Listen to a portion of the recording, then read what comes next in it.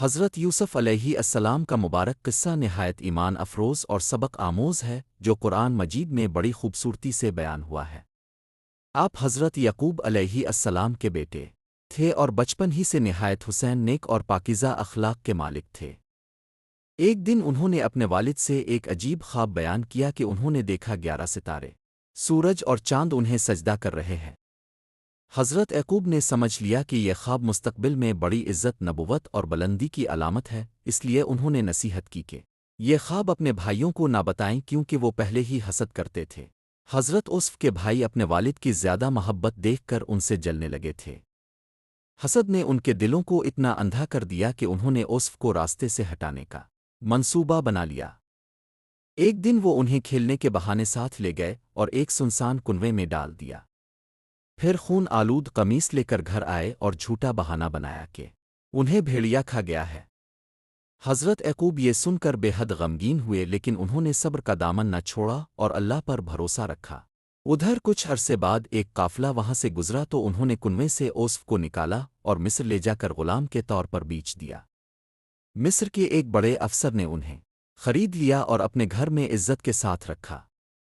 وقت گزرتا گیا اور یوسف جوان ہوئے تو ان کی خوبصورتی اور کردار کی پاکیزگی ہر طرف مشہور ہو گئی۔ اسی دوران اذن مصر کی بیوی ان پر فریفتہ ہو گئی اور انہیں گناہ کی طرف بلایا، مگر یوسف نے اللہ کے خوف اور پاکیزگی کی وجہ سے انکار کر دیا۔ اس کے نتیجے میں ان پر جھوٹا الزام لگا اور انہیں قید خانے میں ڈال دیا گیا۔ جیل میں بھی انہوں نے صبر اور تقوی کا دامن نہ چھوڑا بلکہ قیدیوں کو اللہ کی طرف بلاتے رہے۔ اسی دوران انہوں نے 2 قیدیوں کے خوابوں کی درست تعبیر بیان کی جو بعد میں سچ ثابت ہوئی۔ کچھ عرصے بعد مصر کے بادشاہ نے ایک عجیب خواب دیکھا جس کی تعبیر کوئی نہ بتا سکا۔ تب ایک شخص کو یاد آیا کہ جیل میں ایک نوجوان ہے جو خوابوں کی تعبیر جانتا ہے۔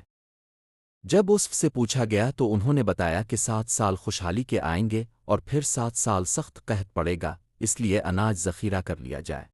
بادشاہ ان کی دانائی اور سچائی سے بہت متاثر ہوا اور انہیں رہا کر کے مصر کے خزانے اور انتظام کا ذمہ دار بنا دیا۔